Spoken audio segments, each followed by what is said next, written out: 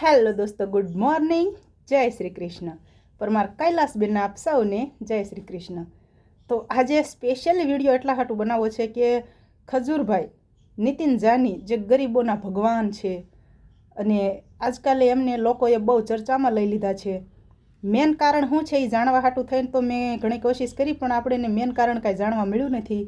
પણ હું ખાલી એટલું જ કહીશ કે આ નેગેટિવ માણસો છે, નેગેટિવ વિચારો છે.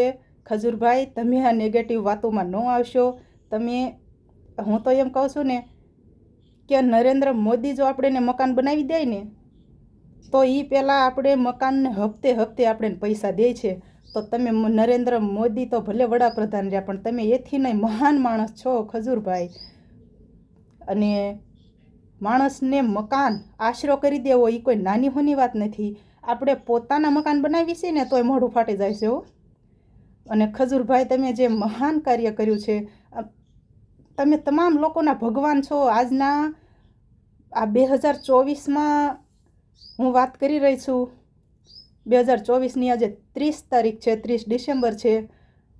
તો માણસો જે કાંઈ કહેતા હોય, તમારા વિશે જે નેગેટિવ વાતો કરતા હોય, જે નેગેટિવ વિચારો ફેલાવતા હોય, ભલે ફેલાવે. તમે તમારો માર્ગ ચૂકતા નહીં. તમે ભગવાન છો ગરીબોના. નરેન્દ્ર મોદી હપ્તા માથે મકાન કરી દે છે, પણ તમે તો વગર કોઈ પણની સહાય લીધા વગર તમે જે કાર્ય કર્યું છે ને એ લગભગ ભગવાનય ન કરી શકે.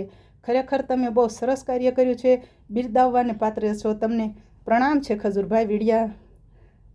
વિડિયા થકી હું તમને પ્રણામ કરું છું, કારણ કે આપણે રૂબરૂ મુલાકાત હજી થઈ નથી.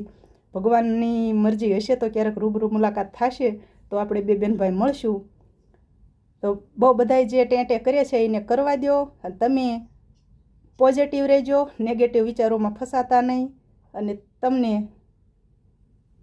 ભગવાન હજુ પણ વધારે આગળ વધારે.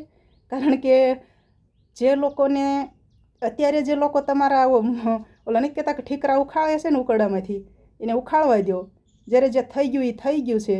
આપણે એ વાતને વિચારવાની નથી થતી. જે લોકો જૂની વાતો ખોળે છે ને કાઢે છે એને કાઢવા દો.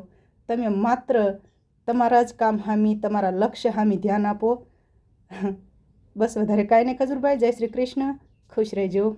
અને ખજૂરભાઈના ચાહકો હોવ એ બધાય લાઈક અને કોમેન્ટ કરજો. Okay, bye. જય શ્રી કૃષ્ણ. ખુશ રહેજો.